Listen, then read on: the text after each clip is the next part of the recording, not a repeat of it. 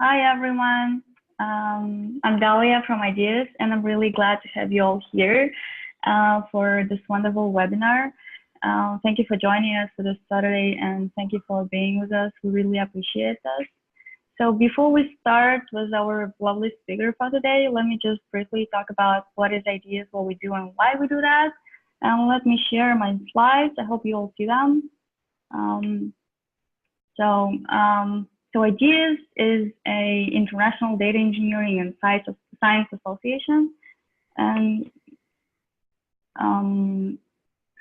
we are a nonprofit organization based in Los Angeles. Our mission is to bridge the gap between academia and industry. So we basically are very excited about data science, machine learning, AI, and blockchain, and we are sharing that enthusiasm with others. And we are here to connect this passionate people from data science background with each other to share the ideas and thoughts and just simply collaborate. So over here, you can see the roadmap, and we started recently in 2000. Sorry about that. So we started recently in 2016, and we we're known for hosting conferences across the country. So we started 2016, and we held our first conference in USD campus, and later we just started to grow rapidly, organizing conferences around the country. So in New York, Chicago, Boston, LA. So apart from conferences, we also conduct hackathons and online workshops. The last conference we had was the so-called conference, AI and Data Science Conference in LA Convention Center, which was in October. This is exactly this event, the photo gallery, and the one we had in Chicago is the Blockchain Leadership Connect. Yeah, here you can see different photos from New York and from 2017 so-called conference in Pasadena. And apart from conference, we also do, as I told you, hackathons and online workshops and weekly webinars on different topics with interesting guests. So you can check our website for more information on upcoming conferences. We also do mixers and meetups in different universities, in University of Washington, USC, UCLA, and we also do across the country, MIT, Harvard, Boston, etc. So yeah, if you haven't joined us, please join. You can go ahead and join us on our website, ideassn.org. The information is over here, or feel free to contact us using Facebook, LinkedIn, Twitter, YouTube, or just simply drop an email. And now let me introduce our wonderful guest speaker for today, Dr. Jennifer Prendki, the Vice President of Machine Learning and Data Science Strategist at Figure 8. This company works on developing machine learning platforms and works with big companies such as Google, Facebook, Twitter, Amazon, etc.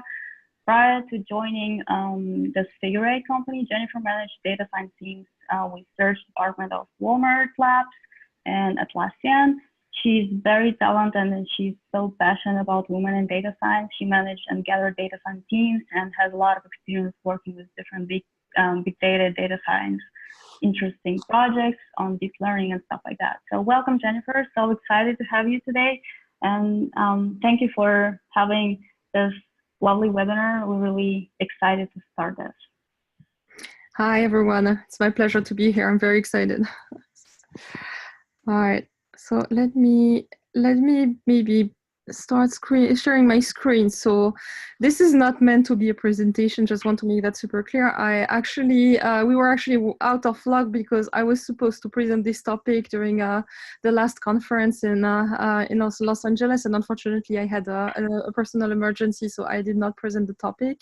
This is a topic that I think is very interesting and important, so hopefully you get to hear me at another conference. It's basically regrouping a lot of subjects I'm very passionate about because I have the same underlying theme, and you'll see in a second what I mean. So So I will just briefly introduce my company because you understand where I'm coming from if you understand a little bit more about my topic. So currently I work for Figure 8. Figure 8 used to be called Crowdflower a few years ago. I mean, we actually rebranded 6 months ago.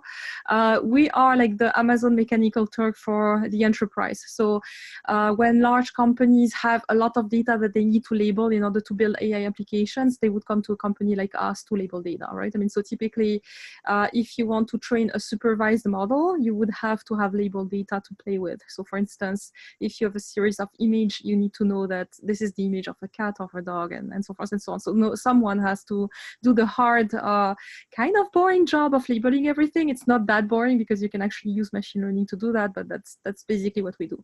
So our mission is to empower data scientists to basically have the highest quality of for their training set so that they can build high quality applications. Obviously, my position as a data science professional is that the data is more important than the algorithm, right? I mean, more specifically, the quality of the data and the quality of the labels you're gonna get is so important that to me, like it's way more important than the type of algorithm you're gonna use.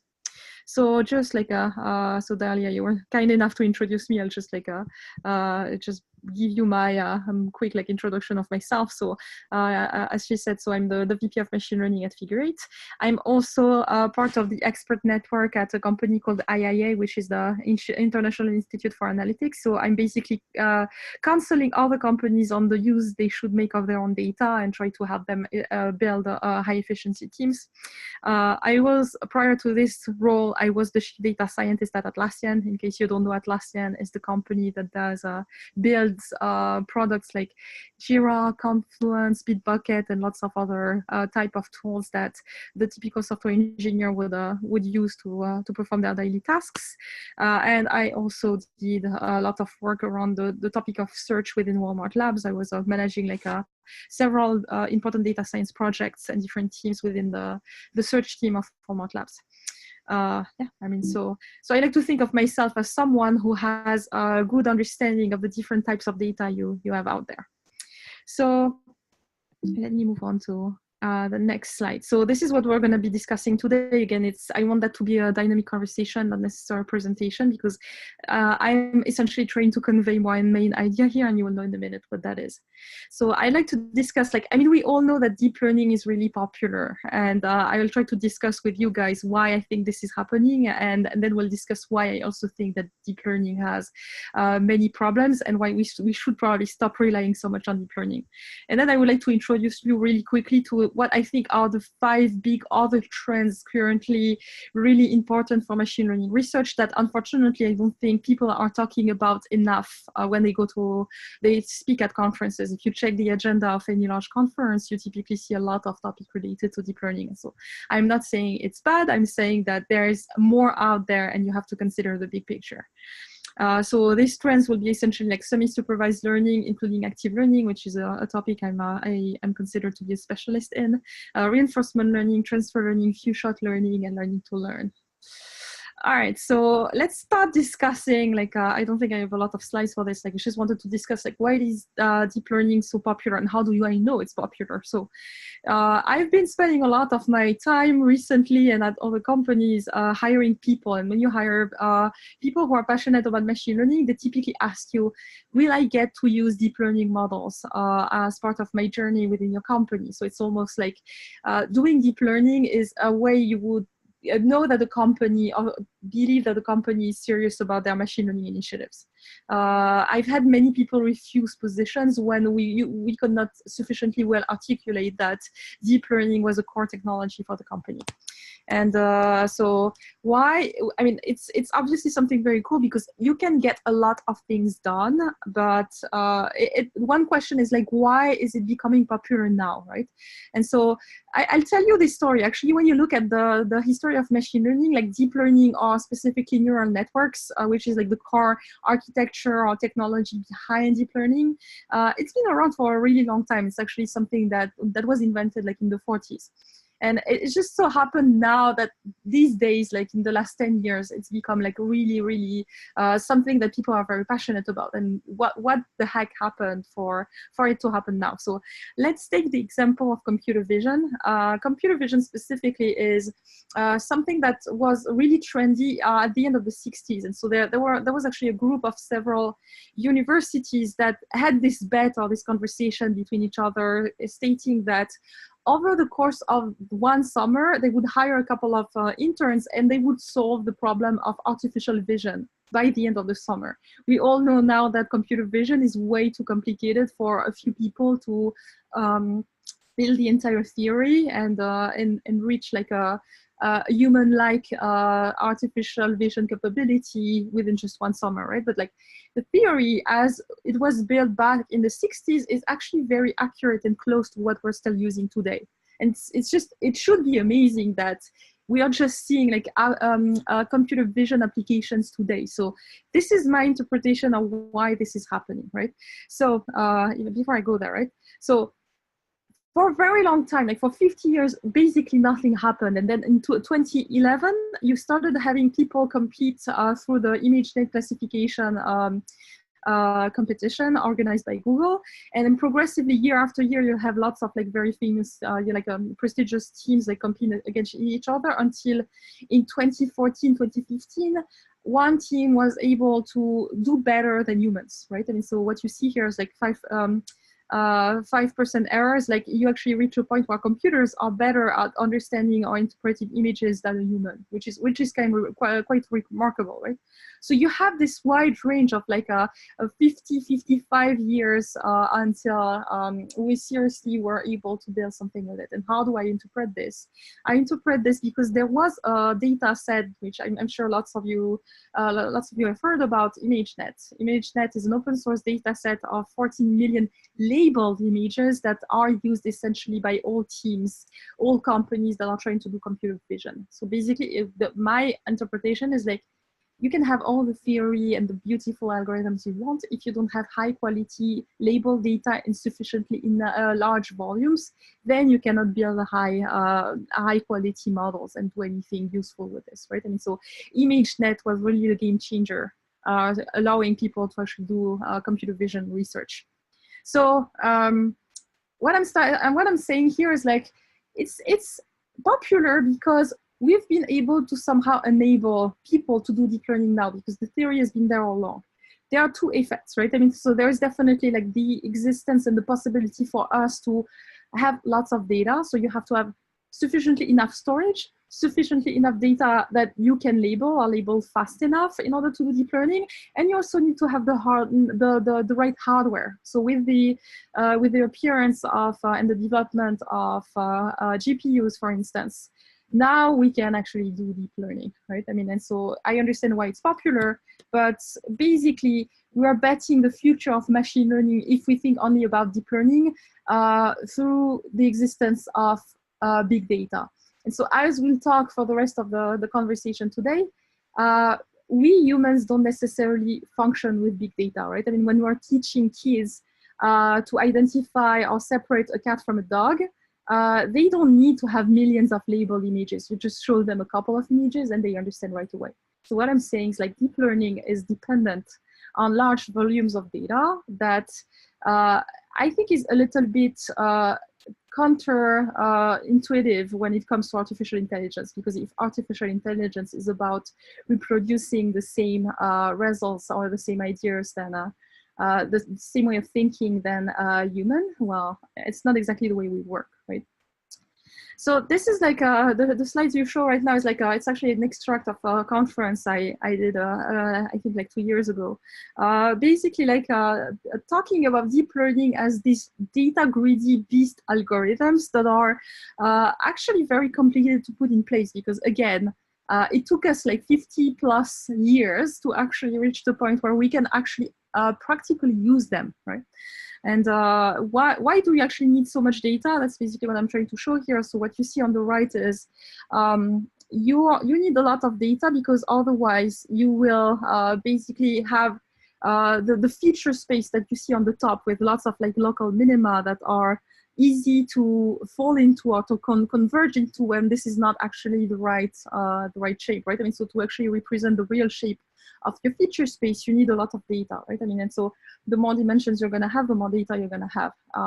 Why are deep learning algorithms greedy? Because they have a lot of parameters. They have lots of like different parameters that we need to tune, and we all know that when we train our algorithms.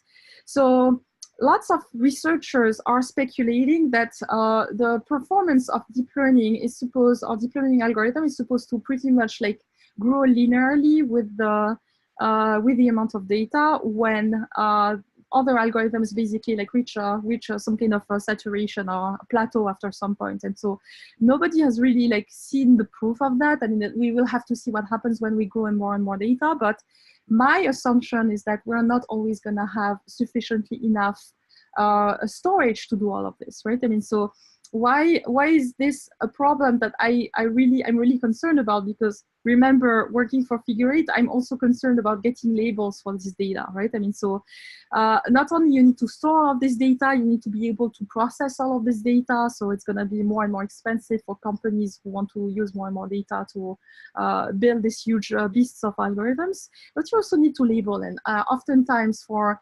corner cases and so forth and so on, you actually need to have the input of a human for labeling. So the limitation that I see a lot is like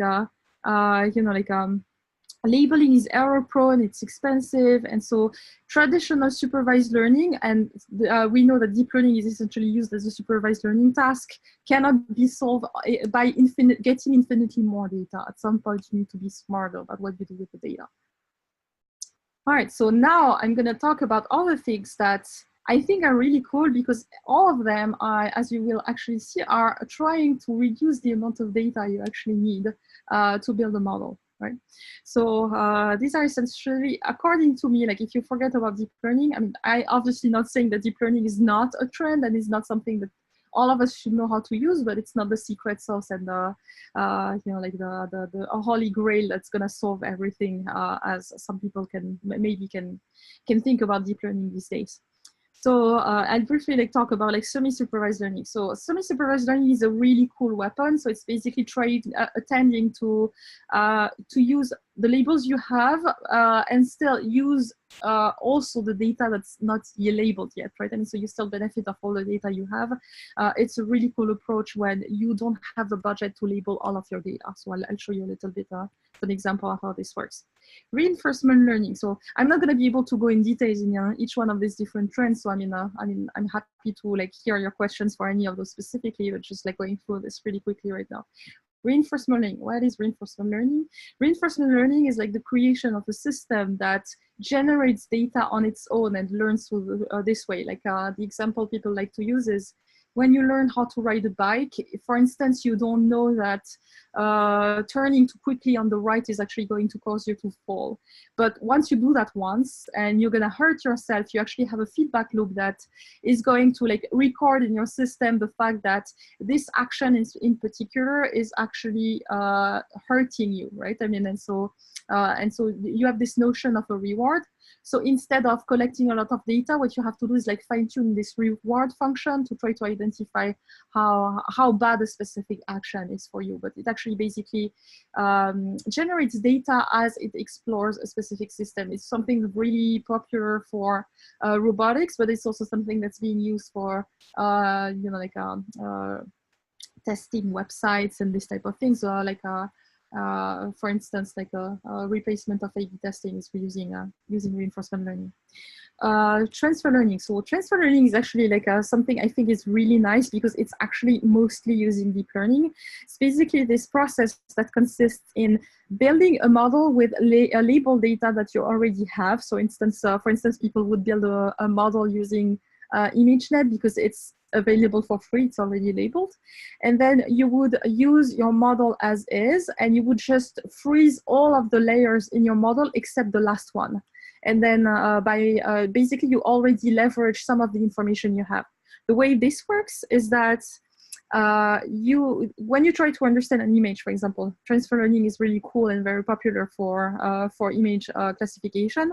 You just assume that the edge of an object within an image is always going to be the same thing regardless of the type of object. And if you're looking at medical images, satellite imagery, like typical like everyday pictures, it's always going to be the same type of feature you're going to see to detect the edge of an object. So, and the way deep learning functions is within the different layers of your model, you actually go from the less abstraction to the most abstract kind of concept. So the last layer is usually the only one that makes the decision for the object, while the prior ones are trying to make sense of sub-part of the object, such as edges, corners, and this type of things. Few-shot learning. So few-shot learning is like there's really cool research going on, like how can you build systems using like really advanced a new deep learning architecture to try and reduce the amount of data you need to teach to train a system or a model, right? And so as the name states, few-shot learning is trying to train a model with just a few images. And so again, it works really well for images because you can actually like extrapolate some information really nicely from one picture to another one. For instance, we humans, if there is like there is always the example of the Segway. So the Segway, even if you've never seen a Segway before and you see one on the street, you will know immediately that this is a means of transportation that's similar to a bike, or that shares some similarity with a bike, for instance. And we never had to be taught specifically what this is. And so the way we actually do this is like our brains are wired to try to identify what are specific features of an image that make us understand that this is a means of transportation. So like for instance, the wheels or all these type of things would immediately make you understand that this is a means of transportation. And finally, learning to learn is something I really, really like. I gave an entire talk at ODSC last year. It's basically a model that's a machine learning model of a machine learning model. So what you're trying to do is like you try to generalize across multiple systems. So whatever, like basically the rows of data within a learning to learn model are actually an entire data set or an entire machine learning model. And so if I believe strongly that one day somebody will know how to use learning to learn in order to have this one system that can take care of everything. And so there are very cool papers on the topic as well. So as I promised, like I would like to go like really quickly through like semi-supervised learning, because I think this is something that even if you're just getting started with machine learning, it's still something that's fairly easy to grasp and fairly easy to experiment with. So what is like, again, supervised learning is the case where you need to have labels for each object you're going to use, or each item, each data row you're going to use in the algorithm in such a way that you are going to be able to say that this new object that you see on your screen right now is actually a car, right? Even if it doesn't belong in your original training set.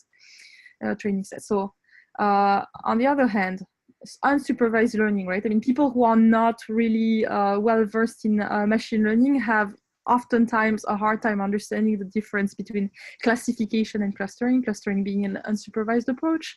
It's basically like unsupervised would allow you to understand that all of these objects in the blue circle, in the blue space over there, are trucks, but without calling that a truck. It just knows that all of these different objects are closer to each other than the ones that you see in the red area, right? And so you can see clearly the difference. The difference is like in the case of supervised learning, you actually encode human knowledge, and specifically the fact that this type of object is being called a car or a truck, right? And so so this is like basically like you have the black and white situation where in real life, you actually don't need to have all of your data that's labeled, and you can still afford to use just the labels you have. So that's basically what semi-supervised learning is trying to do. And so my favorite semi-supervised learning approach is something called active learning, which is basically the attempt of allowing the model to tell you what it understood or did not understand. So if you're interested in that topic, I've written a lot of content on this. I have a blog post on KD Nuggets. I've got a couple of like conferences I give, like you can easily like search for it on Google. I'd be happy to share the links as well.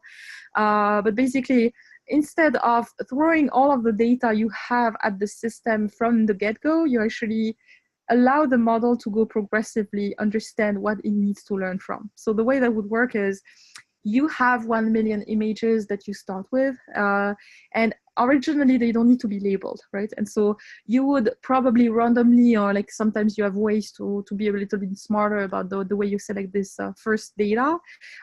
You would, for instance, like pick like 50K images to start with, and you would train a model with this. So it means that now you have to label these 50K images, and then you'll train the model, and you will basically infer the labels of the rest of the data using the model you created. And you know this model you can't really rely on because it's been built with too little images.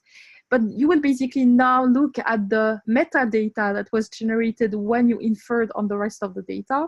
And based on this metadata, you would basically say, oh, the confidence level for this image in particular is really low, which gives me an indication that my model was struggling to identify what this image was, right? I mean, so guess what? It means that probably I need to add more images like this one into the training set. So basically the most simple querying strategy is basically the sampling strategy that identify what data you need to add to your training set. It would be based on the items with the lowest confidence level. So everything that has like let's say you would pick like the 50K images that have the lowest confidence level, and then again you would rethrow this into your system. You would actually have them labeled by a human, and you would retrain your model until you think you're happy with the model you're getting. And so it's a really cool approach to like converge much faster to a decent model. And so the goal being to have like a better learning curve. So basically reach a high accuracy much faster. All right, so what I was trying to convey here is like, I do believe in big data, and I love big data, the era of big data, because there's so much we can do with deep learning, specifically in computer vision. But I also do realize that we can keep going on with that trend forever, because it's costing us a lot of money in labeling, specifically because labeling is really hard to automate.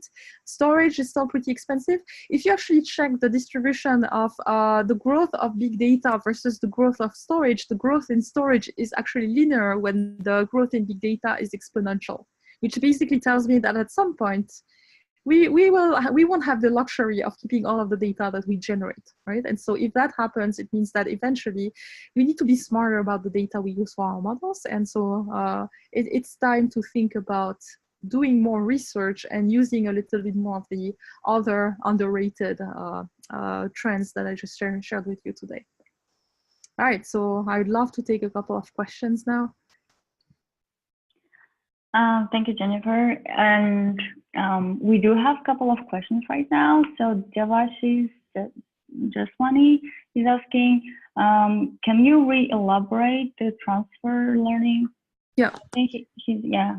Sure, absolutely. So transfer learning is basically the opportunity of transferring knowledge from one data set to another one, right? I mean, so it's basically the case where, okay, so because ImageNet is such a large data set that's already labeled, if you want to build a model to identify a specific type of organ from medical images, right?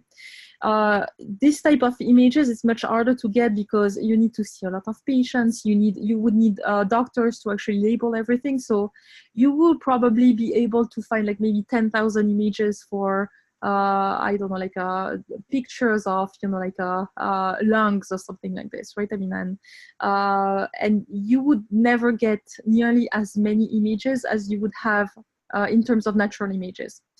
So what you will do is like you will abstract away everything that's about understanding the like basically the positioning of different objects on the model, right? I mean, so basically what you do with transfer learning is like you believe that regardless of what image you're going to do, because generally speaking, interpreting an image starts by understanding what the edges, right, or the corners, or how your eye differentiates the background from the foreground, for example, right?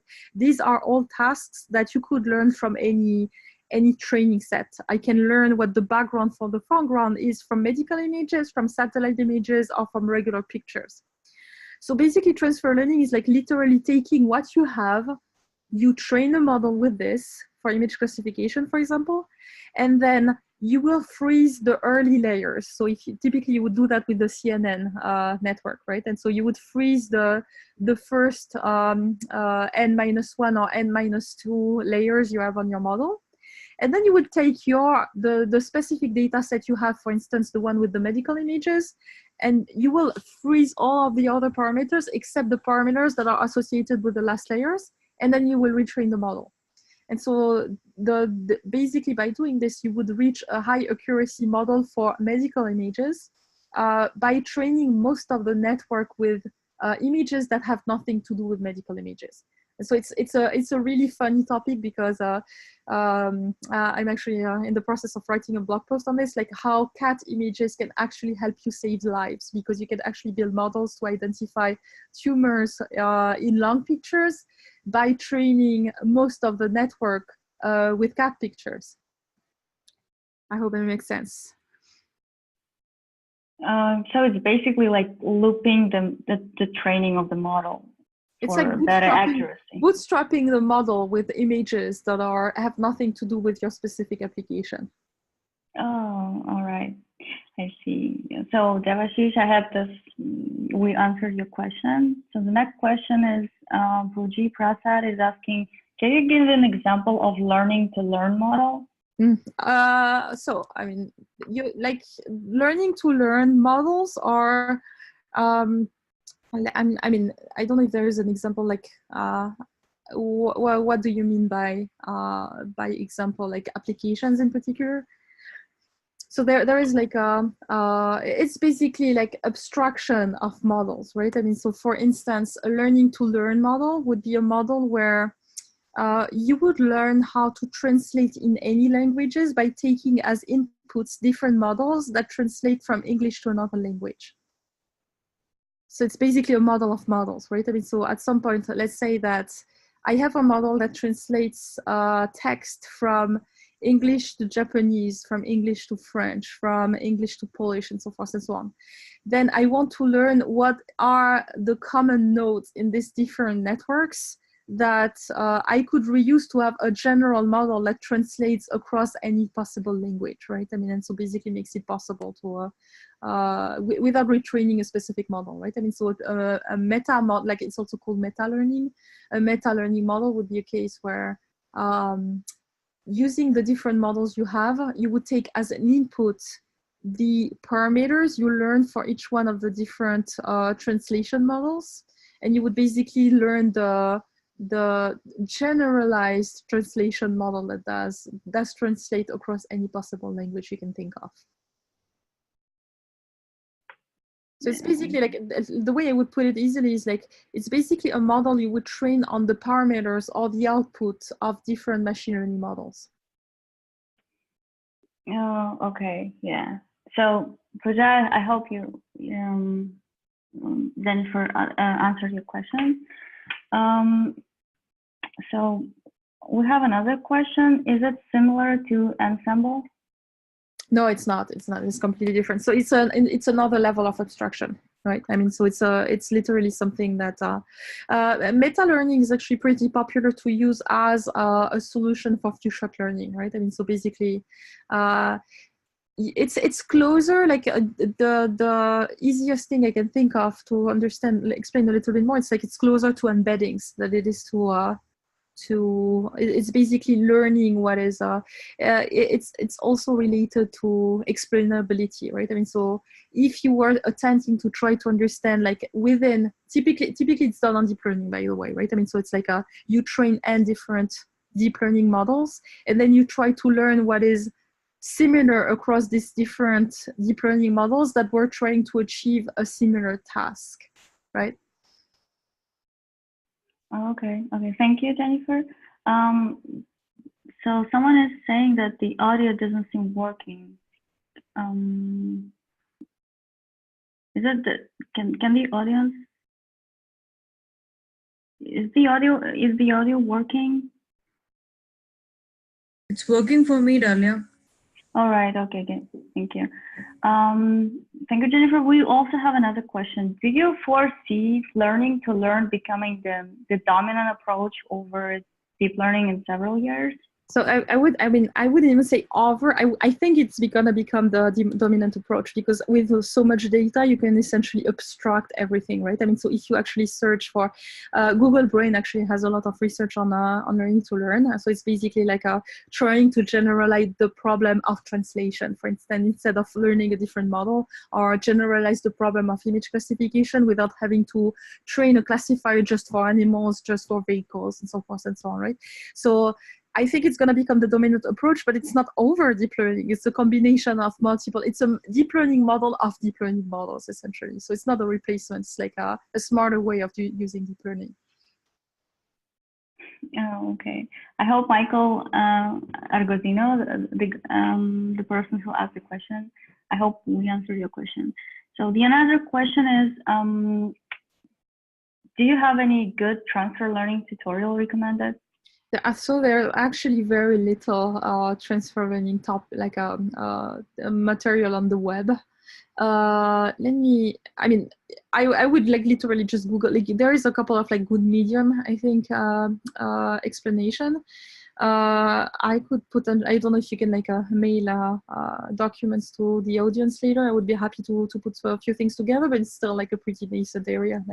I don't think I've seen, like, for instance, a book on transfer learning or anything like that. Okay, good. Actually, audience is asking for your blog, your personal blog, or wherever you publish. They really would like to read your published work. So if you have time, please write in the chat your link to the blog. Thank you. And we have another question. Is transfer learning approach the one can be used in few-shot learning? It can actually, so this can cross-feed, etc. So I mean, again, for me, like, few-shot learning is actually a approach that is combinable with meta-learning. Like one of the subsection of meta-learning is so all of these approaches like really are about minimizing the amount of data you actually need, right? And so transfer learning is doing that by abstracting away what is common across any image, right? I mean, so for instance, like again, differentiating the background versus a specific type of object or foreground image on a picture or something like that is something that is independent on what you have on the picture, right? I mean, so, and this is like basically why would you relearn this every single time? That's basically the idea. And all of the different techniques I've talked about today are pretty much doing that one way or another. But yes, it's definitely transfer learning can. You actually like a few-shot learning is actually using LSTM and like memory modules in the architecture. You can do some research on it. I think there's more content online on few-shot learning than on the other topics.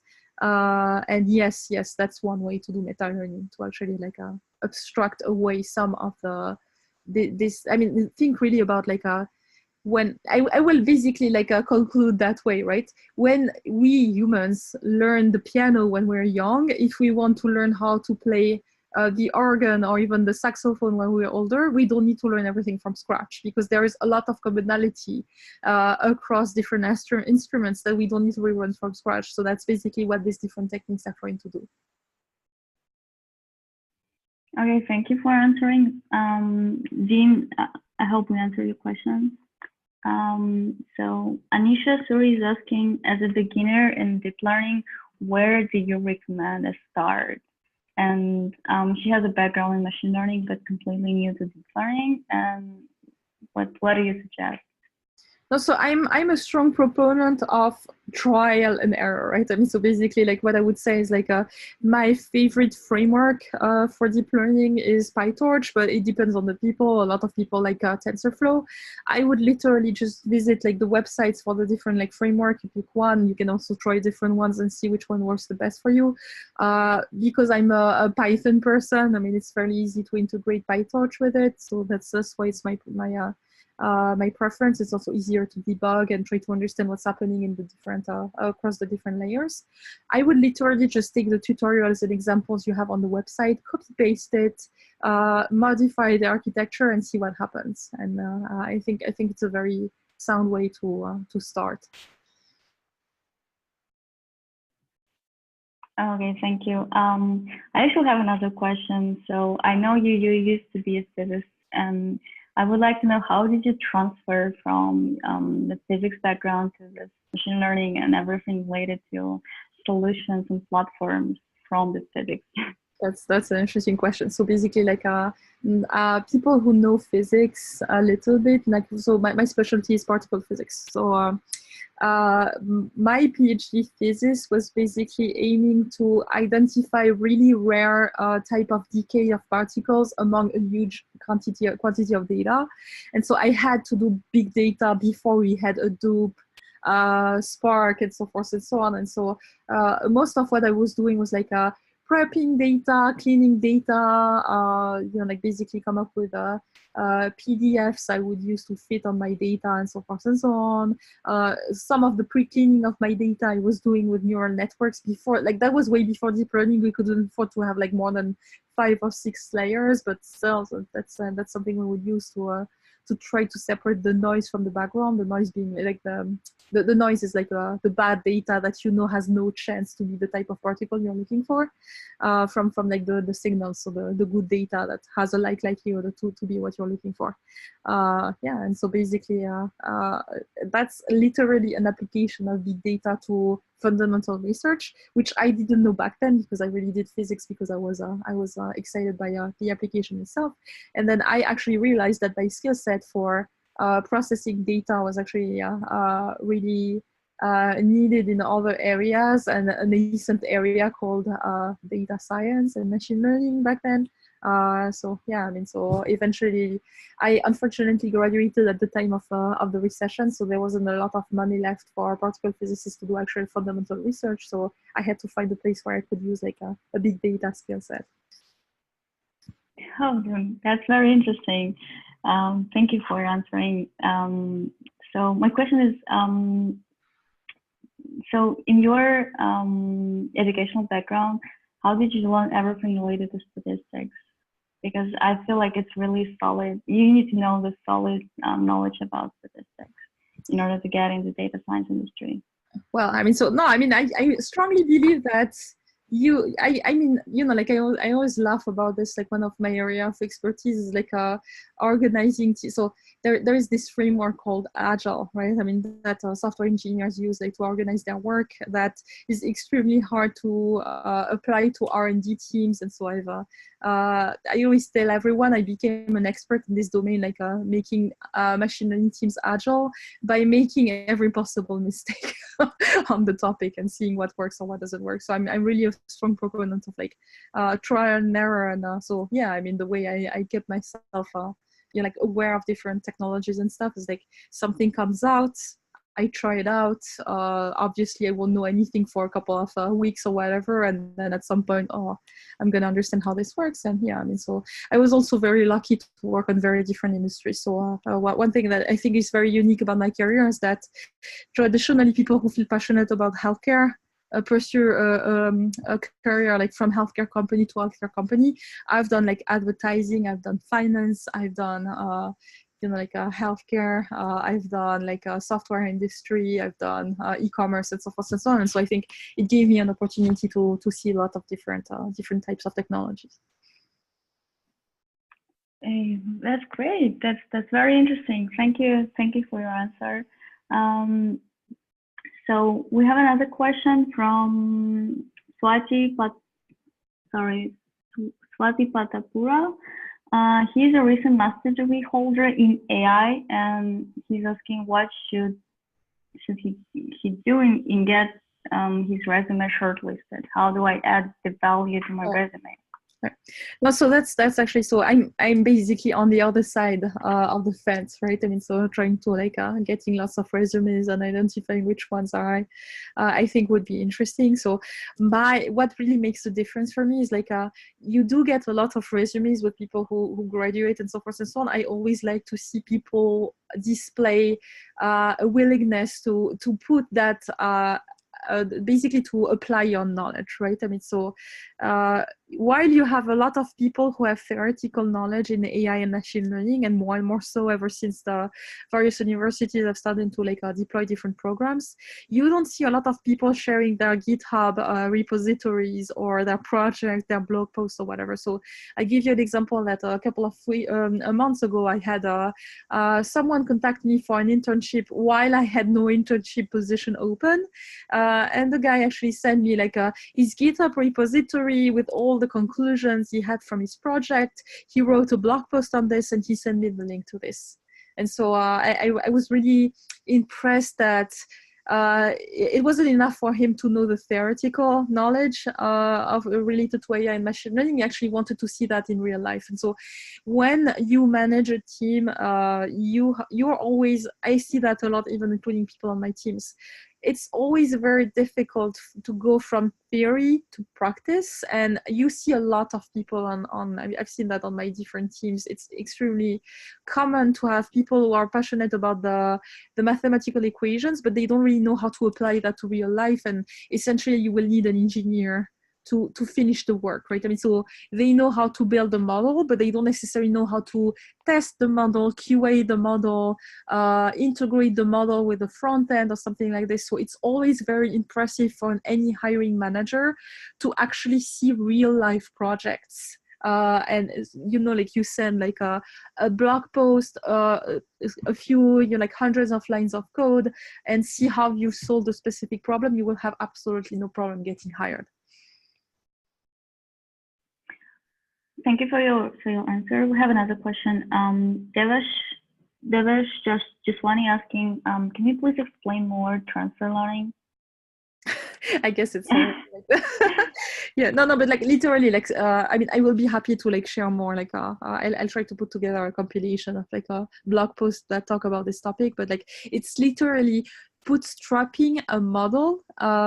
Use like when you don't have enough data, like if you have like 10,000 images to train a model that you know typically would require 100K images, and you're desperate, you don't know what to do with this. What you would do is like, you would take images that are completely different and you would start training your model. And obviously it's not what you want, right? I mean, but like you would bootstrap the creation of your model with what you have. And then you will freeze, and you would fix all the parameters that are related to the early layers of your model, because you know that this is where the abstract pieces of basically image understanding is going to live, right? And everything that's very specific to your type of images in particular is just going to be decided by the algorithm in the last like 1, 2, 3 different layers, depending on how big your model is. So the only thing you can do when you don't have enough images, you would do something like this. So it's like literally think about bootstrapping the model with images or data that's similar, but not exactly what you have as a training set. And so like I'll give you an example. Like typically for an image classifier from scratch, it will require you like let's say 100K images at least, and it would probably take you like 1 week to train the model. If you use transfer learning, you can successfully train a model to detect like brain tumors using 10K images, so only 10% of the data, by freezing like the last 2 layers, and it would take you 30 minutes to train. Thank you, Jennifer. That was really detailed. Yeah, thanks from Devesh too. So do you guys have any more questions? Oh yeah, we have another question. Can we use UNet on small data set, or transfer learning would be a good approach? You could combine both actually. So you can use like whatever. That's actually, I would say that yes, you can use like pre-trained models. That's done a lot. Like people sometimes use like APIs for like IBM Watson or Google AutoML or something that's like a generalized model, and then you would use transfer learning on top of that. But yes, absolutely, this is exactly the type of case. Like you take a model that's already trained, one of the like the standard ones, and you code a model where you block all the parameters for the first 80% layers like of your of the model. So like for 50 layers, you probably want to freeze like the first 45 ones or something like this, and then you retrain your model just on the last layers. I would actually, that's a good idea. Like go ahead and try this, and you'll see that you will get like fairly decent results with like a fraction of the data and fraction of the time. Thank you, Jennifer. I hope your question is answered. Ganeshan said that was very elaborated. Thank you, Jennifer. All right, cool. Do you guys have any more questions? We still have 10 minutes.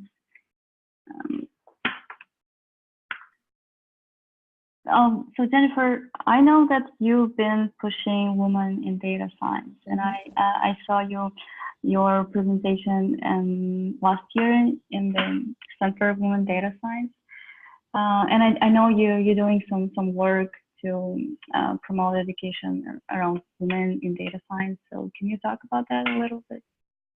Well, I mean, so yeah, I mean, obviously, like I'm all for like including like all types of minority, just not women in data science. Actually, like maybe that's interesting. So, yeah, I mean, I had like the reason I started doing that because it was really hard for me at times in my own profession because, you know, like I don't think everybody's on the same page there. I will say this, like to be a good data scientist or a good machine learning person, it's really important to have like a different like mix of skill sets. So data science at the end of the day is a really wide, like I actually don't like the term data science because it's like software engineering, right? I mean, so nobody says they're a software engineer anymore. Barely anyone says that. They would say they are full stack engineer, front-end engineer, DevOps engineer, because the software engineering field is so large that you have specialties. And so the same has to happen for data science, right? And so data science is like huge because you need product management skills, you need software engineering skills, you need to be able to deploy your model, you need to be able to explain to other people how this works, you need to have some business sense as well. And so it's clearly not, it's a team sport, right? I mean, so you need to have a very diverse set of skills when you build a team. It's really complicated for someone who manages a team to make sure that you cover all the range of the different things you need to do. You need someone who's like outstanding at DevOps, someone who's outstanding at math and like understanding the theoretical concept behind the scenes and so forth and so on. And so the way you do that is by enforcing diversity. People who come from different horizons have been trained different ways. And so it's not just about like men versus women. It's also like people who have studied in different universities, people who come from a physics background, people who come from a machine learning background, people who come from you know, like a computer science background, and so forth and so on. And so I found it very effective that when I hire people, I actually promise, like I don't even look at the name or the person whatsoever, right? And so I completely hide like the any clue that I can get from where did this person study and what's their name and you know, like what country they come from or whatever. And that's my secret for, I just hire on like do I think this specific skill set or this specific experience is something that's gonna bring a lot to my team. And so yeah, I'm really big in like making sure that you don't get biased when you build machine learning teams. So basically in your team you have different people with different backgrounds? I'm very proud to say that I have exactly 50%, like 50% are female and 50% are male. And I have people who are Iranian. Myself, I'm French. I have Indian people. I have Chinese people. I have Taiwanese people. I have a Canadian person. So we are an extremely diverse team. And I've always made sure that this was the case everywhere I would go. That is surprising. I mean, it's really inspiring. Thank you for your answer. And we have a different question. It's gonna be again a switch to the topic itself. So Keith Schmidt is asking, I understand that reinforcement learning is good for learning series of actions, like riding a bike, but does it have any applications for simple classification, and how would it be applied to this? You could, right? I mean, so you can like, I mean, the way I would do that for classification, like you could, like, I don't think it's the best thing to do classification, but like, let's think about it together, right? I mean, so I could say, I would open a website about cats and put random images on there and saying like, this is the picture of a cat and it's actually the picture of a dog. And then people will start complaining about this, right? I mean, you open like a chat bot or something like this, and you would basically create a feedback loop, right? Where people say, are you kidding me? This is not the picture of a cat. I came here to see cats. So if you design your reward function for like, as you get out, like when you reach a certain number of complaint messages, you basically scrape that image and you replace it, that would be a reinforcement learning model, right? And so basically you would learn from your experience by creating a reward function that would be like proportional to the number of complaint messages you get. You would be able to build a classifier doing this, right? I mean, so basically you could, but it's probably not the fastest way to do that.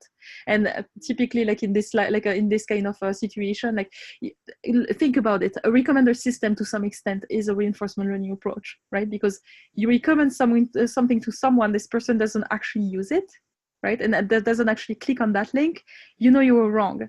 Same thing for a search algorithm, right? I mean, so this feedback loop, this concept of a feedback loop, if you take that feedback and you convert the direct data feedback, like the reason why search doesn't qualify as an actual reinforcement learning is that you're literally just counting the number of clicks you had for specific results you had for a specific query, right? But if now you want to be smart about the reward function, so basically the function that converts like the behavior, the common behavior of the people who are visiting your website into a reward function, you would actually be able to say that this is a reinforcement learning approach. All right, thank you, Keith. I hope your question is answered. And we have 3 minutes left. And Jennifer, if you can leave in the chat like your blog post or where you publish all your work, so people can read your work and research. Yeah. And some people are asking your contact information. So. Sure, feel free to. Let me see if I can write. I will actually share my.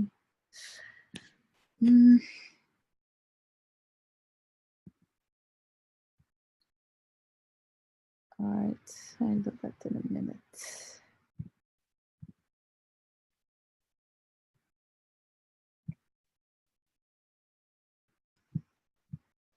Well, the chat doesn't seem to be working for me.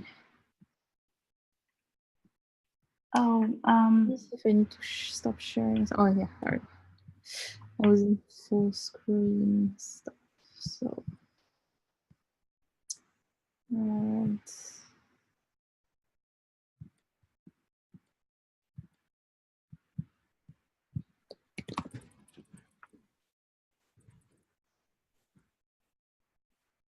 There you go. All right.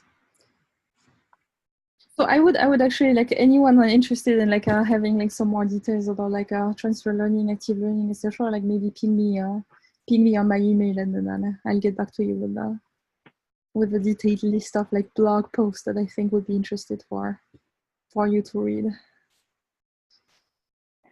All right, thank you, Jennifer. Yeah, so some people assuming that your email box will be flooded. It's fine. So, all right, so I guess this is it. Jennifer, thank you so much for your effort, for your time. And it was really interesting, entertaining, informative, and we got so much inspiration from you. I'm really glad that we had you today, and I hope everyone from the attendees they're glad too. So so once again, we really appreciate that you. My absolute pleasure. All right, that's it. Thank you, All right. everyone. Bye. See you next week. Oh, all right, bye.